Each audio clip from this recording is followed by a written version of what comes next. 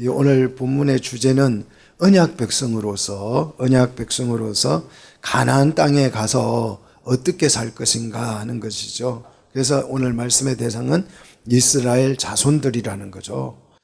자, 그리고 이 본문을 통해서 선언하기를 나는 여호와 너희의 뭐다? 하나님이다. 이 명령권자를 말하죠. 너희의 하나님. 자, 하나님은 우리를 일컬어서 소유된 백성, 그래서 하나님의 소유다. 하나님의 기업이다 이 말이죠.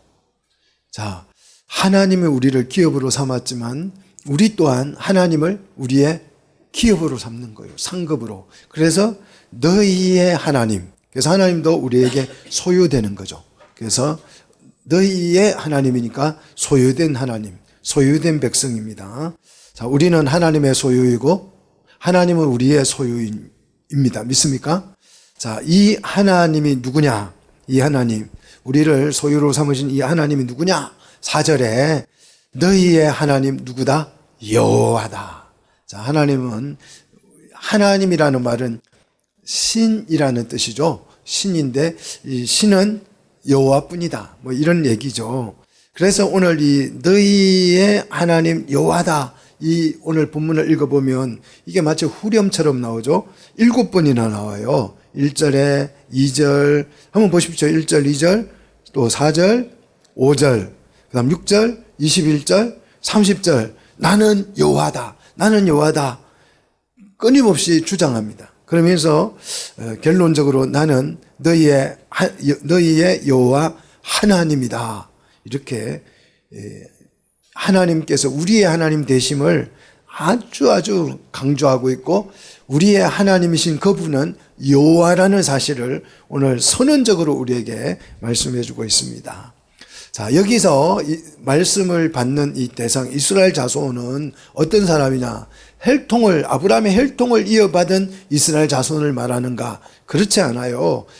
여기에 말하는 이스라엘 자손 속에는 우리가 지난주에 뭘 배웠어요? 안식일 16장에서 안식일이 아니라 속죄일을 배웠죠. 이 속죄일을 통과한 이스라엘 자손이죠. 혈통적으로 무조건 이스라엘 사람들에게 주신 말씀이 아니고 속죄일을 통과한 이스라엘 자손들에게 오늘 주신 말씀이죠. 그러니까 이스라엘 자손 속죄일을 통과했다는 말은 구원을 받은 사람이라는 의미죠. 그죠? 그래서 혈통적인 이스라엘 사람이 아니고 구원을 받은 이스라엘 자손이라고 생각을 하면 됩니다. 이런 사람들을 우리는 참 이스라엘 사람이라고 그러죠. 참 이스라엘 자손이 해야 할 일이 있다는 거죠. 가나안 땅에 가서 뭘 해야 되느냐, 뭘 하지 말아야 되느냐, 그것을 오늘 본문에 가르쳐주고 있는데요. 3절을 보니까 먼저 과거를 청산하라는 거죠. 우리 구원받은 사람은 과거가 잘 정리되어야 되는 거죠.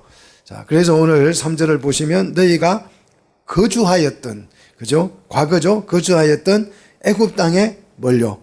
풍속, 습관, 습성, 또 삶의 태도, 뭐 그런 거죠. 지금까지 애굽에서 살아왔던 삶의 스타일, 또 세상 풍속, 뭐 그런 거죠.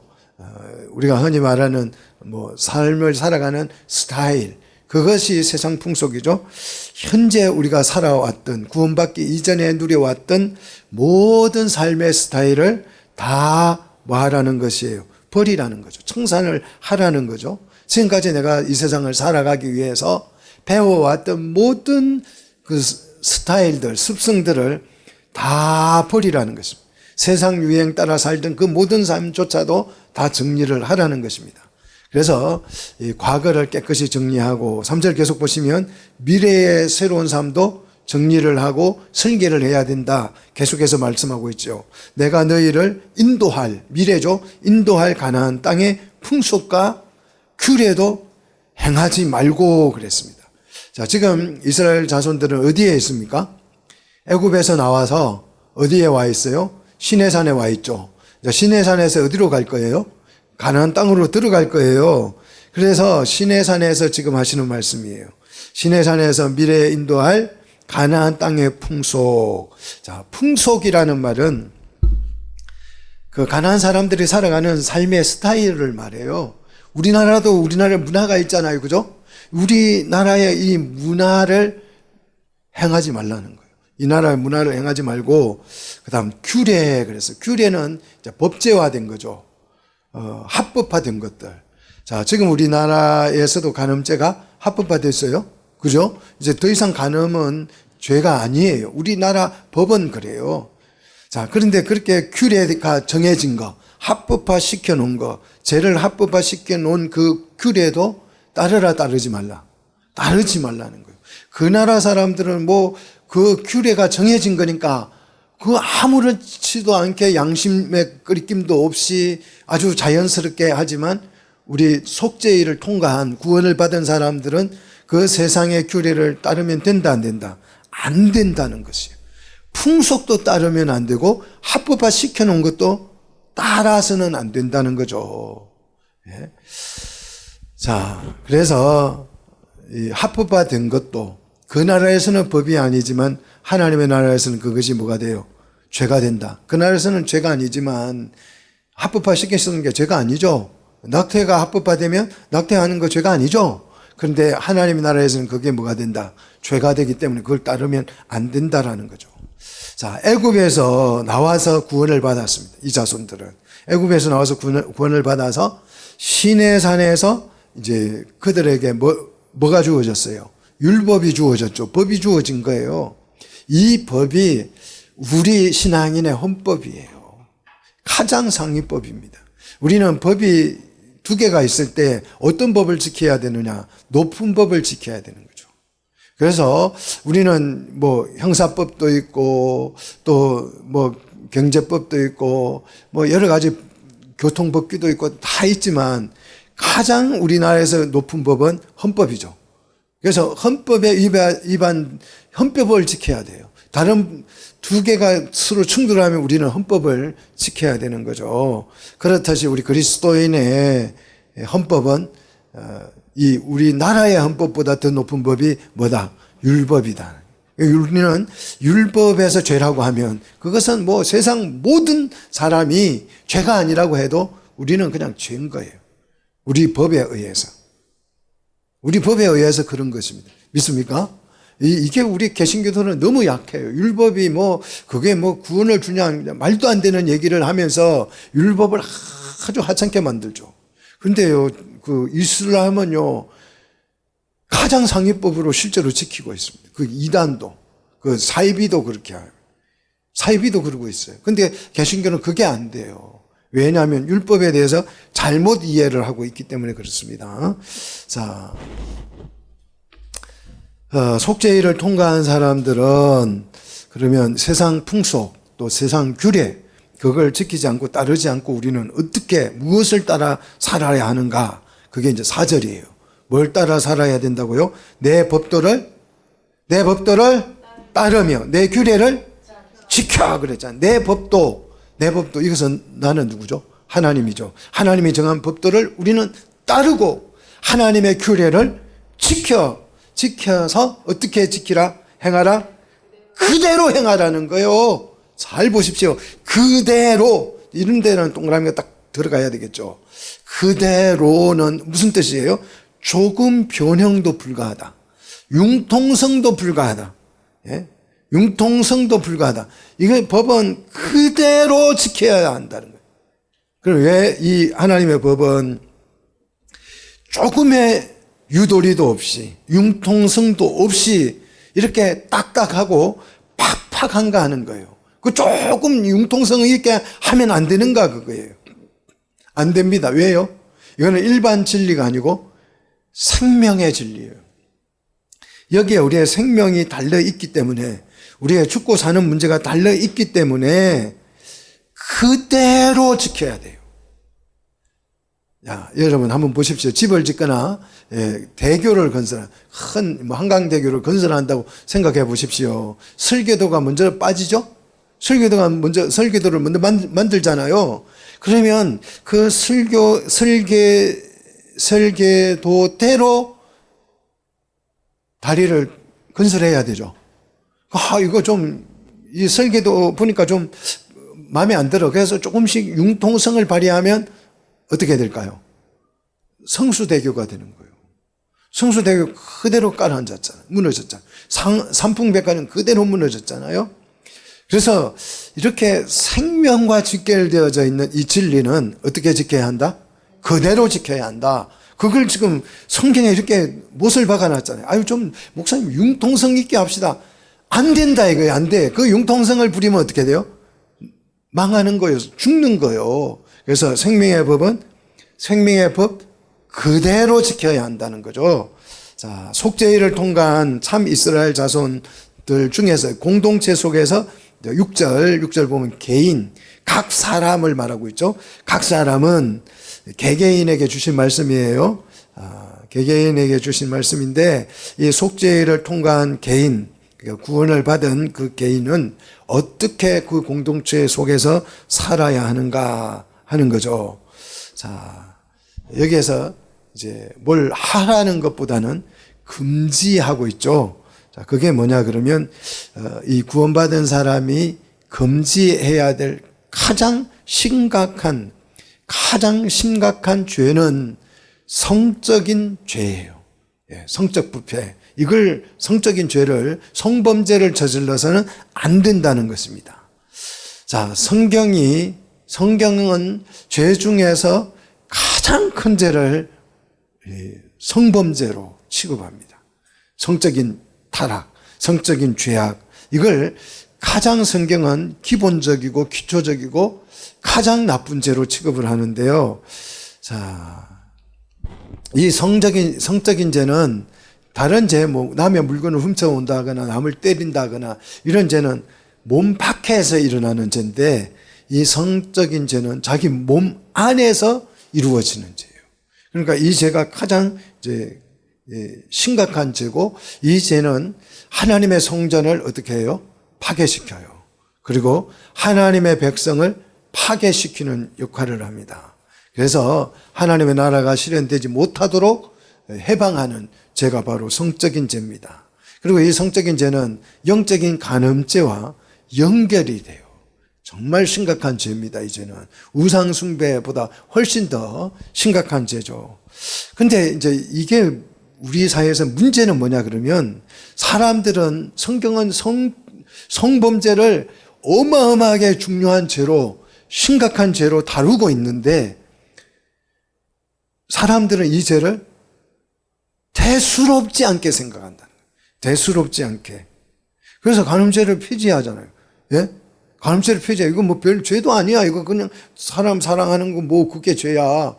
어른이 좋아서 눈 맞아서 하는 건데 뭐 그거 괜찮아. 그래서 간음죄를 폐지했다니까요. 여러분 정말 심각하지 않습니까? 성경은 이 죄가 너무 심각한 죄다고 그러는데 세상은 그거 별 죄 아니야. 그래서 사람들은 이 죄를 불륜을 뭐로 표현해요? 사랑이라고 그래요. 불륜을. 어떤 사람하고 사랑에 빠져가지고 사랑이라고 말해요. 불륜은 아무리 막 아름다워도 사랑이다, 사랑이 아니다. 사랑이 아닌 거예요, 불륜은. 그런데 자꾸 사랑이라고 말해요. 바람을 피우는 것을 뭐라고 합니까? 그냥 실수했다. 실수돼요, 실수. 바람 피워놓고 실수했대요. 또는 뭐 재미를 봤다. 뭐 이런 식이에요. 정말 성경이 가장 심각하게 다루는 죄는 성범죄인데 우리 일상에서는 그냥 재미 또는 무슨 실수 또는 뭐 사랑 이런 식으로 아주 하찮게 여긴다는 것이 심각한 문제예요. 성경은 이 성범죄를 너무 엄중한 죄로 취급합니다. 근본적인 죄라고 말을 합니다. 오늘 본문을 보시면 이제 이 간음죄에 대한 세부 규정들이 소개가 되고 있어요. 성범죄 중에서 가장 심각한 성범죄는 근친상간이다. 가족 간에 일어나는 성범죄라는 거죠. 이거 요새 누가 이런 생각할 수 있을 거예요. 누가 어머니와 누가 딸과 그 말도 안 되는 이런 생각을 할 수가 있습니다. 그런데 중요한 것은 그 당시에 가나안 사람들은 이런 범죄를 규례로 정해서 지켰다. 풍속으로 만들어서 지켰다는 거예요. 심각한 거죠. 근데 지금 이 21세기에 무슨 그런 일이 일어나겠어? 라고 생각하면 착각입니다. 이제 앞으로는 이게 이제 풍속이 되고 규례, 법이 될 거예요. 괜찮다고 합법화 시킬 거예요. 한번 보세요. 여러분이 죽기 전에 이런 범죄들이 합법화돼 가지고 버젓이 일어날 것입니다. 그래서 우리가 이 말씀을 오늘 잘 배워놓는 것이 너무 중요합니다. 자, 근친상간을 금지하는 이유는 뭐냐 그러면 오늘 본문에 살붙이라. 우리는 이제 우리나라 말로는 피붙이라 그러죠. 네, 가족을 피붙이라 혈연 관계를 말하는데 오늘 이 살붙이라는 이 단어는 원어를 보면 조금 그 피붙이 혈연 살붙이 하고는 조금 말이 달라요. 예, 두 단어를 결합시켜 놓는다는데요. 먼저 이 바사르라는 단어와 또 세에르라는 단어를 두 개 결합해서 만든 단어가 살붙이예요. 살이라고 하는 것은 우리 육체를 말합니다. 육체. 우리 육체를 이제 바사르라고 그러고 이 붙이라는 세에르라는 단어는 그 살을 의미해요. 그러니까 우리 몸에다가 살을 붙인 것이다. 이런 뜻이죠. 자, 이게 무슨 말이냐? 내 육체와 살을 붙여 놓은 거. 자, 내 이 몸에다가 살을 이렇게 붙여서 만들어서 한 몸을 만든 거죠. 그래서 가족은, 부부는 한 몸이라는 뜻과 동일한 것입니다. 살붙이라는 말은 아버지와 어머니는 한 몸이다. 그 가족은 한 몸이다. 그런 의미예요. 이 살붙이라는 말이. 그래서 근친상간은 자기의 몸에 범죄를 하는 행위다. 자기 몸에 범죄를 하는 행위이기 때문에 자학에 해당된다. 그런 뜻이죠. 그래서 근친상간을 금지하는데 7절에 어머니는 아버지의 하체다. 그러니까 아버지와 한 몸이라는 거죠. 8절 아버지의 아내면 엄마죠. 근데 여기서 아버지의 아내, 자, 어머니가 나오고 아버지의 아내가 나오는데 이거는 그 가나안 땅에서 첩이 많았다는 뜻이죠. 아버지의 아내는 첩을 말하는 거죠. 자, 그 첩도 아버지와 한 몸이다. 이제 그렇게 표현하는 거죠. 아버지의 하체를 범한 사람이 누구죠? 함이죠, 함. 아버지가 술 먹고 벌러덩 홀딱 벗고 자는데 그것을 함이 보고 어떻게 합니까? 동네방네 소문내면서 하체를 범해서 이 함이 어떻게 됐어요? 저주를 받았죠. 영구 저주를 받았죠. 이 아버지의 하체를 범하는 죄가 이렇게 무서운 거예요. 전주거리다, 저주거리. 그래서 어머니의 하체는 아버지의 하체가 같고 부부는 한 몸이다라는 원리가 적용되어지는 거죠. 자, 9절 이복 형제 자매, 집에서 나왔든지, 자, 집 밖에서 나왔든지, 다른 곳에서 나왔든지, 아버지가 어디 가서 막 씨를 뿌려가지고 애를 막 낳아가지고 오는 거예요. 그러면 그거 다 우리는 이복 형제라 그러잖아요. 이복 형제들도 한 몸이다.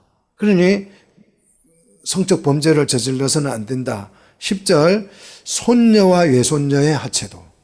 이런 일이 어떻게 일어나? 지금 미국에서는 이런 일이 흔하게 일어나고 있습니다. 흔하게 일어나. 그 앱스틴 사건에서도 보면 그 유명한 그 좌파 영화 감독 어떤 사람이 있던데 그 사람은 부인과 이혼하고 또 다른 여자와 결혼을 해요. 그 여자가 데려온 또 딸과 또 결혼을 하고 그 딸이 애를 낳아서 손주가 나왔는데 손주하고 또 손녀하고 이런 일이 시작된 거예요. 시작되고 있습니다, 지금. 앞으로는 급속도로 이런 일들이 일어날 것입니다. 자, 10절을 보시면 손녀와 외손녀의 하체는 보십시오. 내 하체라 그랬어요. 자기 몸이다 이거죠. 정말 중요한 것들이에요. 자, 손녀와 외손녀의 하체가 내 하체다. 내 몸이다라는 거죠. 내 몸. 자, 성경은 철저하게 가족을 자기 몸으로 인식하죠. 그죠? 그래서 자신의 몸과 동일시하라는 거죠.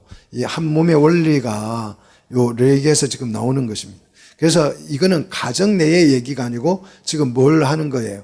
교회를 설명하고 있는 거죠. 교회가 우리는 한 몸이라 그러잖아요.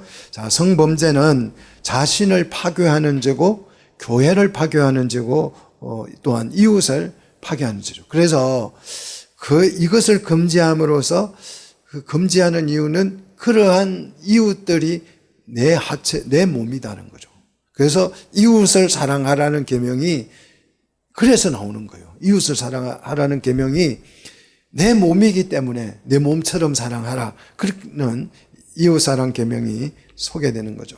그래서 이 성범죄는 이웃을 파괴하고 또 자신을 파괴하고 교회를 파괴하고 하나님의 나라의 백성을 파괴하는 죄다는 거죠. 그래서 결국 교회는 이웃과 한 몸을 이루어서 그리스도의 신부가 되는 원리, 이게 교회입니다. 자, 신부가 자녀를 출산하여서 어머니가 되고 하나님의 백성을 출산함으로써 하나님의 나라가 확장되는 거죠. 이 원리를 교회는 철저히 따르고 있습니다. 그 다음 11절로 넘어가서 보시면 아버지의 아내, 첩이라 그랬죠. 낳은 딸은 이제 이복누이죠. 낳은 딸. 그 다음 아버지의 남매는 고모죠. 예. 고모는 아버지와 한 몸이다라는 거죠. 또 어머니의 자매는 이모죠. 이모는 어머니와 한 몸이라는 거예요. 아버지의 형제, 삼촌의 아내, 숙모는 아버지와 삼촌이 한 몸이고 그 숙모는 삼촌과 한 몸이에요. 그래서 다 한 몸이라는 거예요. 지금 한 몸에 관한 얘기예요. 이 얘기가. 한 몸이기 때문에 성적 범죄를 저질러서는 안 된다라는 얘기죠. 자, 지금은 우리가 범죄라고 이야기하지만 이 가나안 풍속에서는 이거 범죄가 아니에요. 뭐예요? 규례예요. 규례. 이거 괜찮은 거예요. 합법받은 거예요. 풍속이에요. 풍습. 예, 풍습입니다. 자, 15절 며느리와 불법 행위를 하지 말라는 거죠.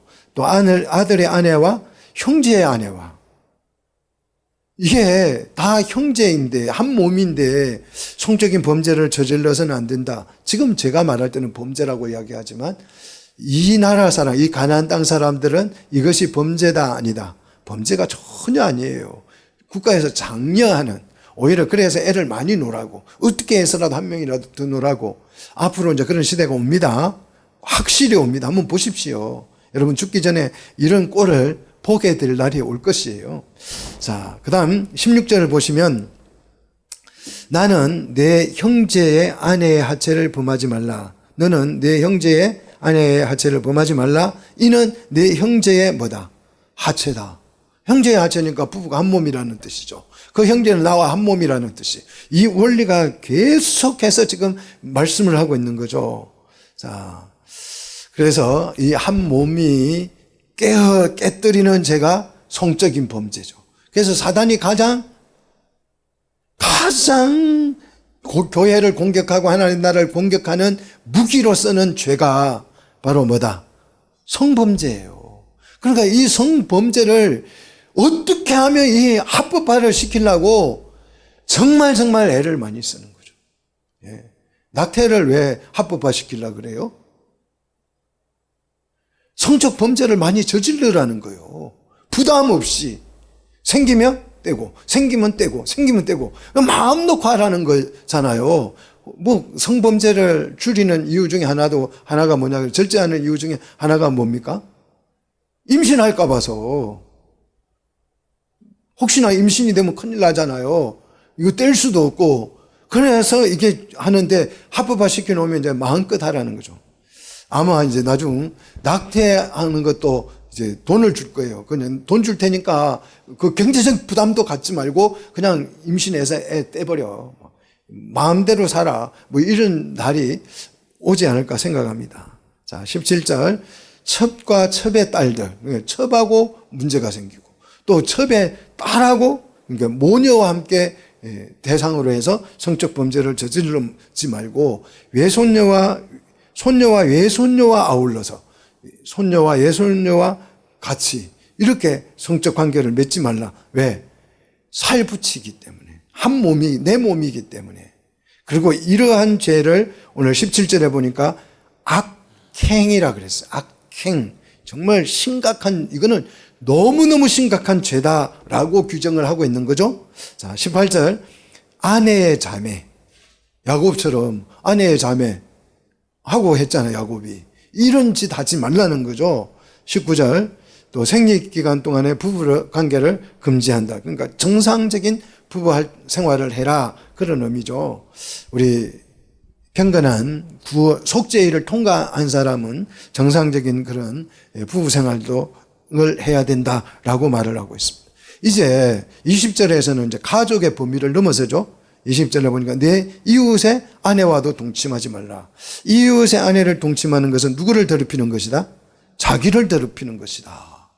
그래서 육적인 이 간음이 영적인 간음과 희한하게 연결되죠. 21절에 연결이 되는데 이제 이 육적인 간음이 어디로 발전해요? 영적인 간음으로 발전하기 때문에 결단코 그럽니다.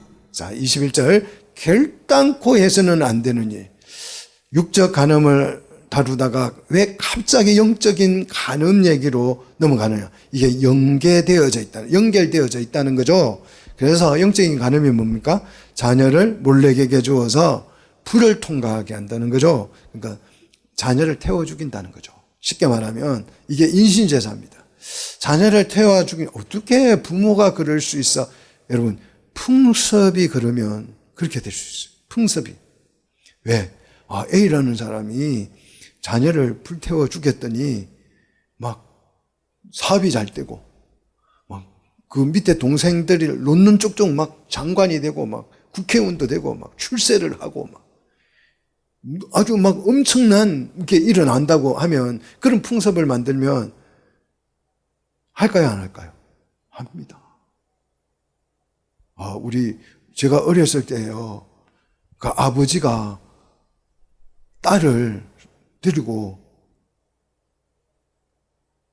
어디로요? 식모살리로 보내는 거 봤어요. 식모살리로. 어떻게 그럴 수 있어요? 이제 초등학교 갓 졸업했는데. 나무 집에 갔다 놓고, 나무 집에.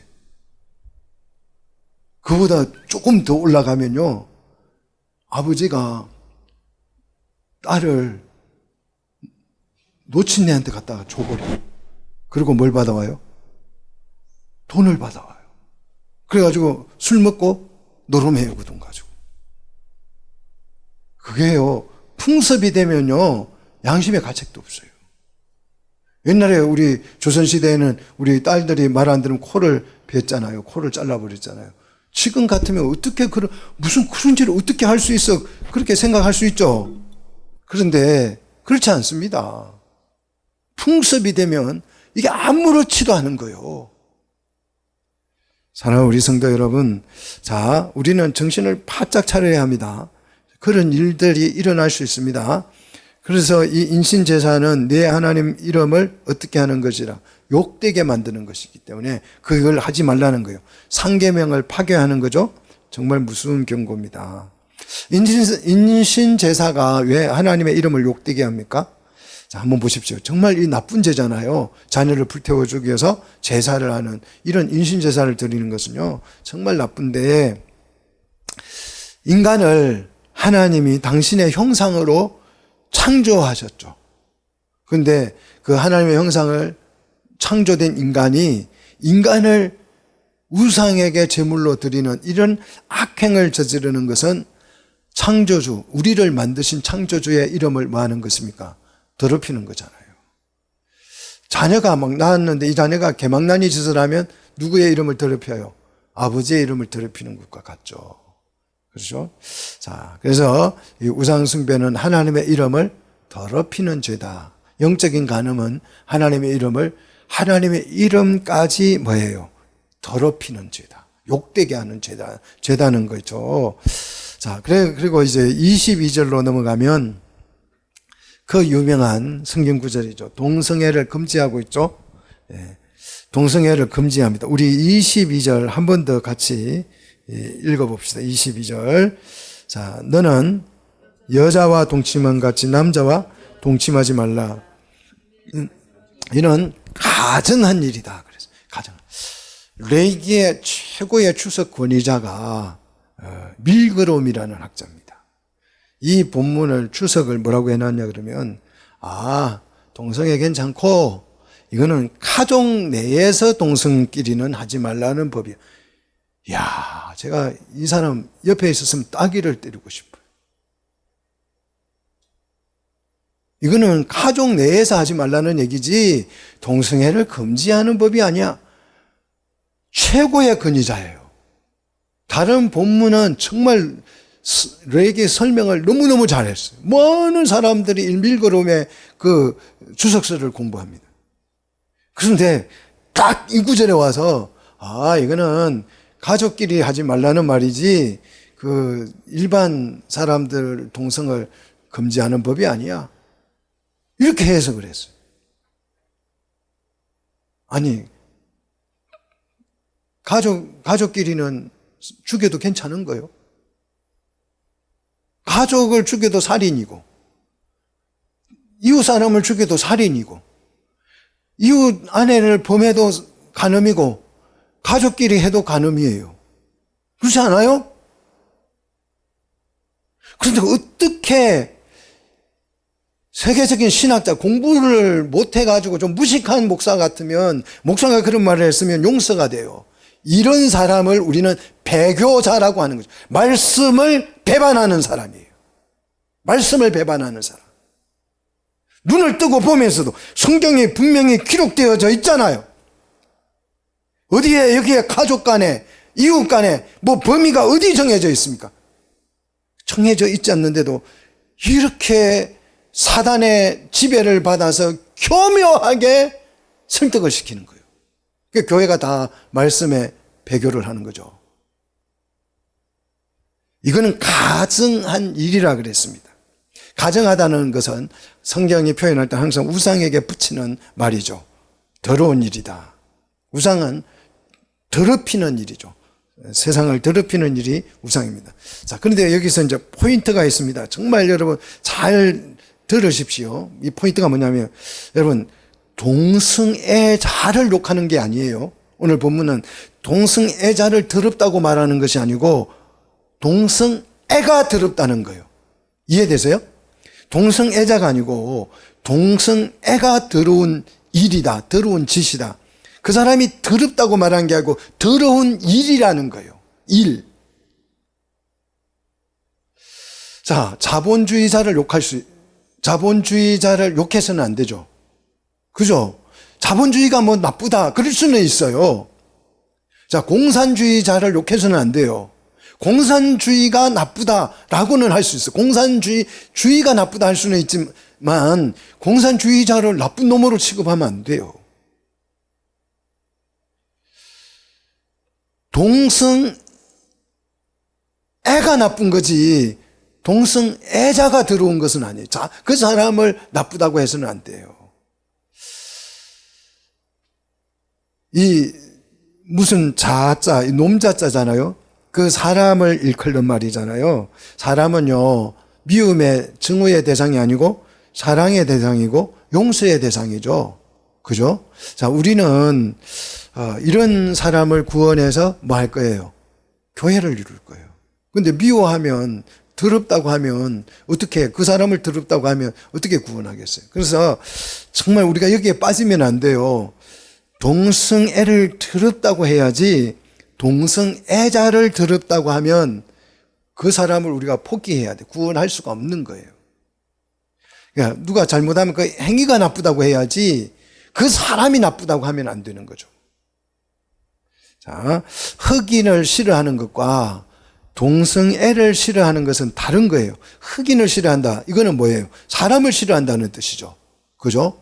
근데 동성애를 싫어한다는 말은 그 사람을 싫어하는 게 아니고 그 동성애라고 하는 그 더러운 행위를 싫어한다는 거죠. 죄를 싫어한다는 뜻이죠.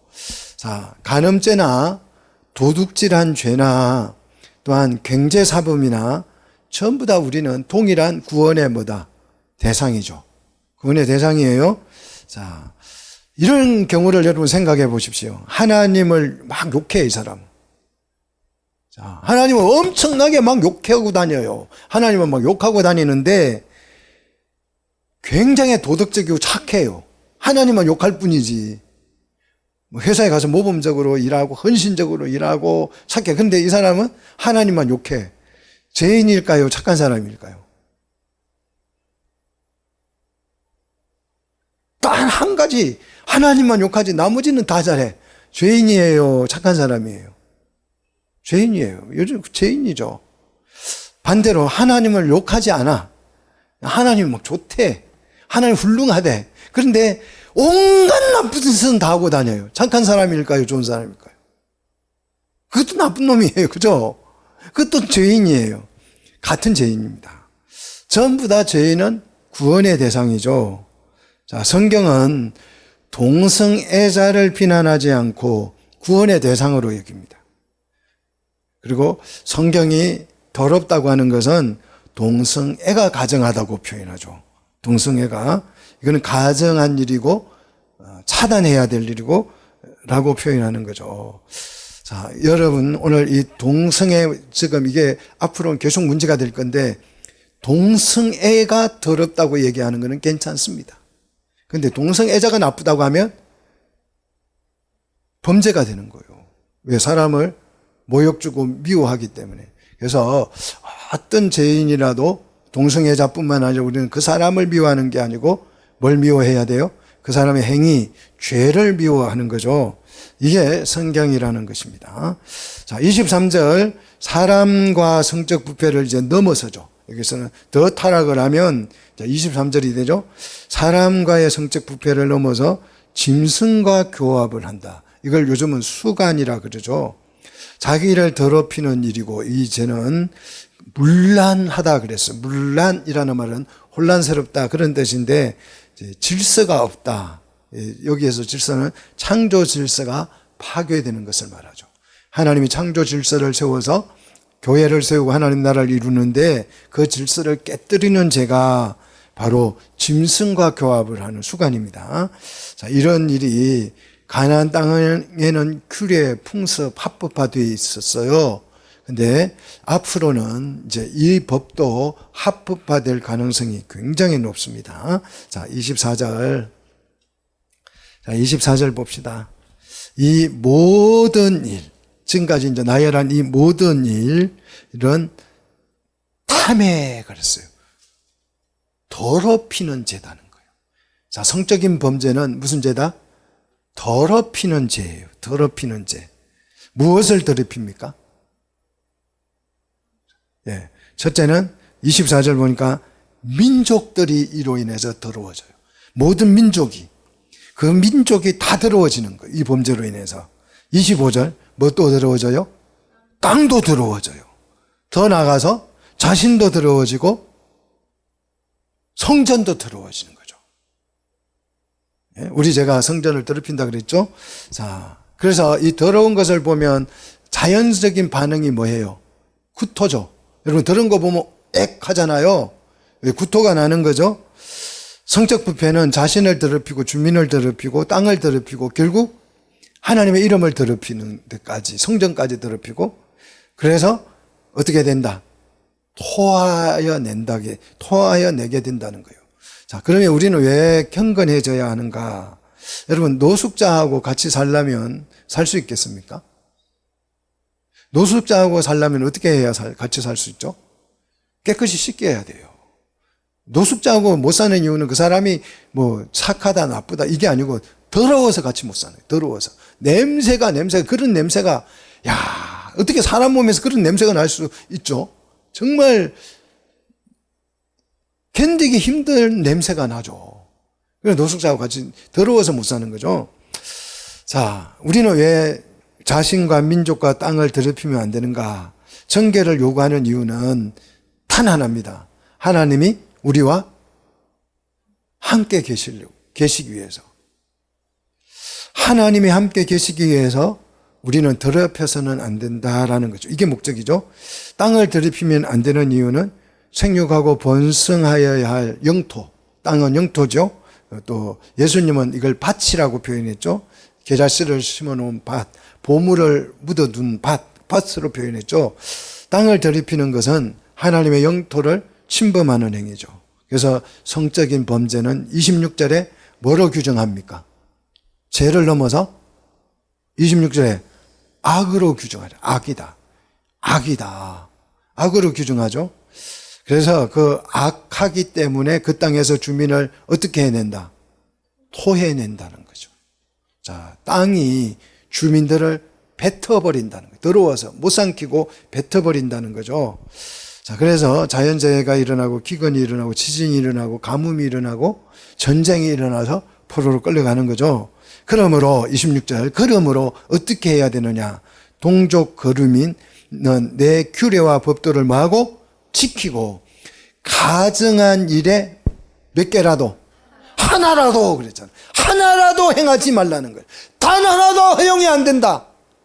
단 하나도. 왜냐하면 죄는 강력한 전염성을 가져서 민족 전체를 더럽히고 땅을 더럽혀버리는 거죠. 자, 그래서 27절에 다시 강조하죠. 다시 강조합니다. 전에 있던 그 땅의 주민, 이 모든 가증한 일을 행하고 그 땅도 어떻게 됐어요? 더러워졌다고 강조합니다. 그래서 28절, 너희도 그 전 주민처럼 뭐하면, 더럽히면 그 전 주인처럼 이 땅이 너희를 어떻게 한다고? 토해내버린다. 추방시켜버린다. 땅이 추방시켜버린다는 거요. 자, 그래서 29절에 이 가증한 모든 일을 행하는 자는 추방되어 버려서 그 백성 중에서 어떻게 된다? 끊어져 버린다. 다시 30절에 한 번 더 강조를 합니다. 그러므로 내 명령을 지키고 전 주민의 가정한 풍속을 따르지 말라. 30절 가정한 풍속을 몇 개라도? 하나라도, 단 하나라도 허용해서는 안 된다. 지금 우리나라는 하나를 허용했죠. 간음죄를 폐지해서 허용했습니다. 이게 언약의 말씀을 배반한 것입니다. 근데 교회가 침묵하고 있기 때문에 동조하고 있는 거죠. 이해되세요? 예, 여기는 우리가 정말 정신 차려야, 우리 신앙인으로서 정신 차려야 합니다. 자, 단 하나라도 허용해서는 안 된다. 이 명령을 주시는 명령권자는 누굽니까? 나는 너희의 하나님 여호와다. 하나님의 명령이라는 거죠. 자, 성적 부패는 자신을 더럽히고 민족을 더럽히고 영토를 더럽혀요. 땅을 더럽히고 성전을 더럽히고 하나님을 더럽혀요. 하나님의 이름을 욕되게 한다는 말, 더럽힌다는 말. 그래서 하나님이 주신 그 땅에서 그들은 살 수 있다 없다? 살 수 없어서 결국은 하나님의 백성에서 끊어진다. 언약이 파기가 된다라는 거죠. 자, 이러면 이제 또 논쟁이 생겨요. 그러면 가나안 땅에 들어가면 이제 구원받은 사람인데, 구원받은 사람이 구원이 취소된다는 말이냐? 또 이렇게 주장하는 사람들이 있어요. 지금 여기서는 지금 구원 열매를 얘기하는 게 아니에요. 구원을 받았냐 못 받았냐. 여러분 여기에 관심 갖지 마시고 이 구원받은 사람에게 구원의 열매가 있느냐 없느냐를 봐야 되는 거예요. 지금 열매를 이야기하는데 구원을 받았는지 안 받았는지 그 논쟁하는 게 아니에요. 구원의 열매가 없으면 약속의 땅에 들어가서도 어떻게 돼요? 내쫓김을 당하는. 구원을 받았더라도 그 혼인잔치 집에 예복을 준비해야 하지 않고 들어갔던 사람은 어찌 됐어요? 쫓겨났죠. 아, 교회에 와 있으니까, 난 구원받아서 교회에 와 있으니까 안전해. 잘못 생각하는 것입니다. 이 열매가 없으면 그 땅에서 들어가 살다가도 어떻게 된다? 쫓겨난다. 토해함을 받는다. 토해버리기 때문에. 자, 신앙생활은 구원을 받았으니 자, 이런 계명들을 좀 지켜서 우리가 한번 착하게 살아보자. 그런 얘기가 아니에요. 그거는 윤리고 그냥 종교예요. 일반 종교입니다. 우리가 청결해져야 하는 이유가 확실합니다. 누구와 함께 살기 위해서? 하나님과 함께 살기 위해서. 하나님과 함께 살기 위해서 우리는 우리 자신을 더럽히면 안 되고 땅을 더럽혀도 안 되고 성전을 더럽혀도 안 되고 하나님을 욕되게 해서도 안 된다는 거죠. 그래서 하나님과 함께 살기 위해서 우리는 정결해져야 된다는 거죠.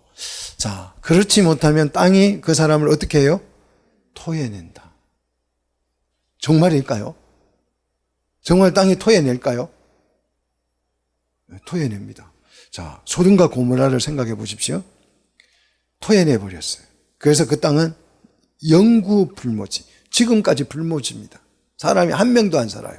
근데 이제 과학자들이 이 소돔 고모라를 연구를 해봤더니 행성이 충돌을 했다는 거예요. 그 당시 행성이. 이 과학자들이 이제 그 원인 조사를 해보니까 행성과 충돌을 했다는 거예요. 근데 성경을 보니까 행성이 충돌한 게 아니고 뭐가? 하늘에서 유황불이 떨어진 거죠. 행성이 떨어지면 충돌하는 이유는 그 행성이 지구까지 올 때 불타죠. 근데 대부분의 행성은 불타서 재밖에 안 남아요. 오기 전에, 땅까지 오기 전에 재가 돼버려요. 그래서 겨우 도달하는 거는 뭐 주먹만한 돌이 하나 도달하기도 하는데 이거 한 개 주스면 로또보다 나아요. 엄청나게 비쌉니다. 그죠? 근데 전부 다 타버려요. 타기 전에 지구까지 도달할 만한 거리에 있는 행성이 없어요. 그러니까 이 과학자들이 멍청한 거예요. 저보다. 어떤 별이 여기까지 안 타고 도달할 별들이 그렇게 많지 않습니다. 달도 오면 다 타지 않을까 생각 드는데요. 어떻게 불가능합니다. 자, 그러면 뭐냐? 성경대로 유황불이 떨어진 거예요. 유황불이. 그래서 그 당시 소돔 고모라는 예루살렘보다 10배가 컸습니다. 예루살렘보다 10배가 컸는데 그 과학자들이 연구해 본 결과 그 유황불이 떨어졌을 때의 표면 온도가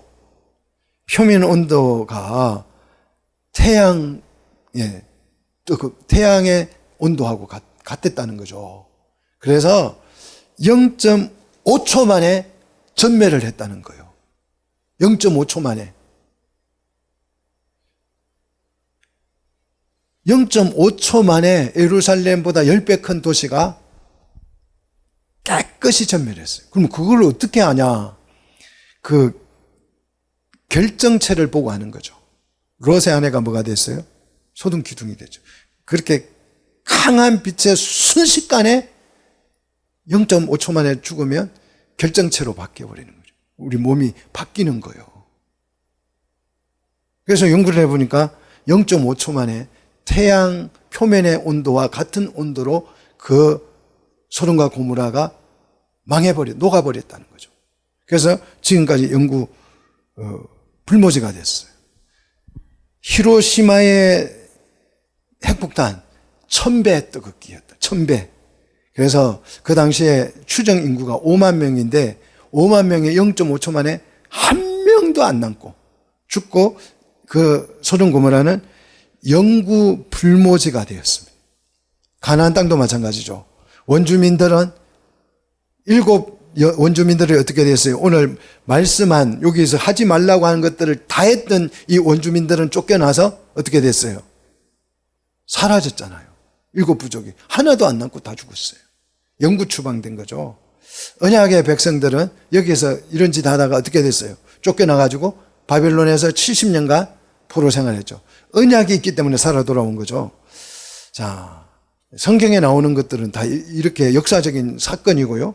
실제 이제 역사, 우리가 최근의 역사를 보면 푼페이는 오늘 본문에 나온 이 성적 범죄가 그대로 재현됐던 곳이죠. 아주 부유한 도시, 2만 명의 부자들만 사는 도시였죠. 로마 도시로서.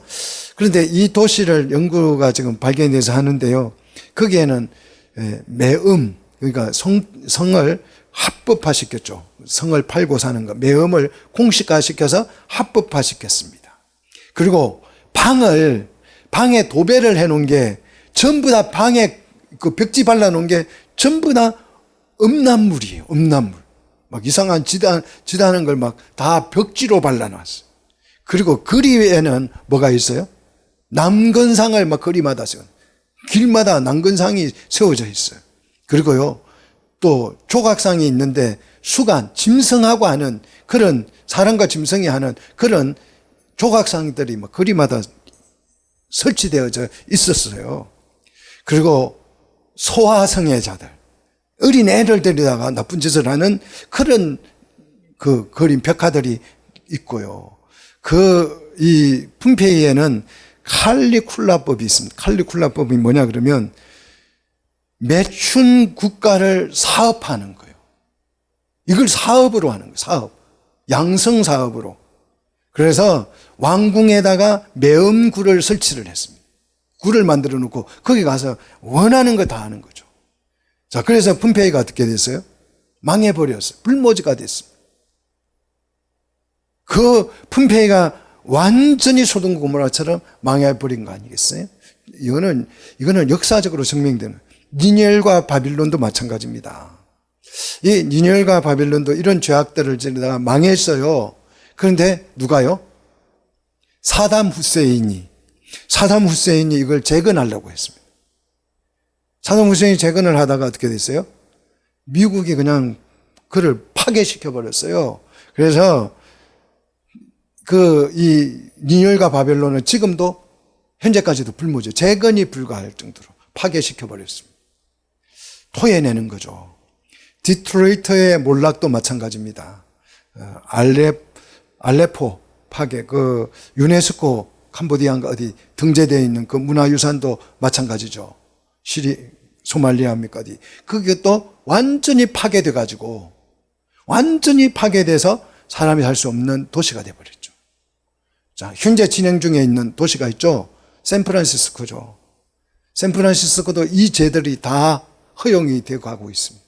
그래서 그 부자 동네 봤더니 마약이 얼마나 들어와 있냐 그러면 21만 명을 살해할 수 있는 양이 샌프란시스코에 마약이 들어갑니다. 그래서 이 샌프란시스코 땅이 그 옥토가 주민들을 토해내고 있죠. 부유층이 6만 명씩 감소하고 있습니다. 그 좋은 도시에, 그 살기 좋은, 기후 좋은 곳에 6만 명씩이 지금 토해내니까 살 수가 없어서 떠나고 있는 거죠. 그래서 이제 미국 기준으로 보면요, 전국적인 범죄, 그냥 전국적인 범죄는 감소를 했습니다. 한 20%, 10%씩 감소가 됐어요. 그런데 딱 이제만 증가했습니다. 무슨 죄냐? 성범죄만. 10% 이상 증가했어요. 근데 이것도 잘못된 거예요. 이 통계도. 왜냐하면 이 성범죄 10% 통과는 막 강제로 남을 막 이렇게 강간하고 이런 법적으로 처리된 죄만 어떻게 증가한 거지, 시로 불륜을 한 죄는 여기 안 들어가요. 불륜죄를 합치면 현대는 이 성범죄가 한 90%는 된다. 90% 이상이다.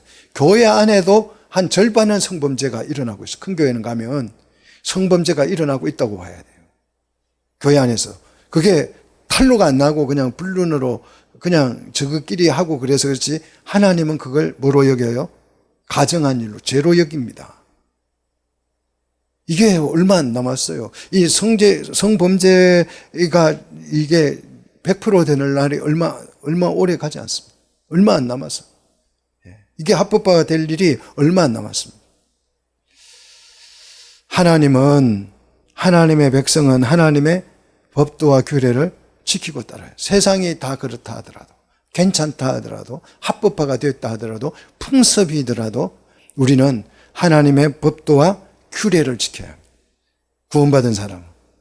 그래서 하나님의 백성이 되어서 하나님과 함께 거주하는 우리 성도들이 되시기를 주의 이름으로 축복합니다.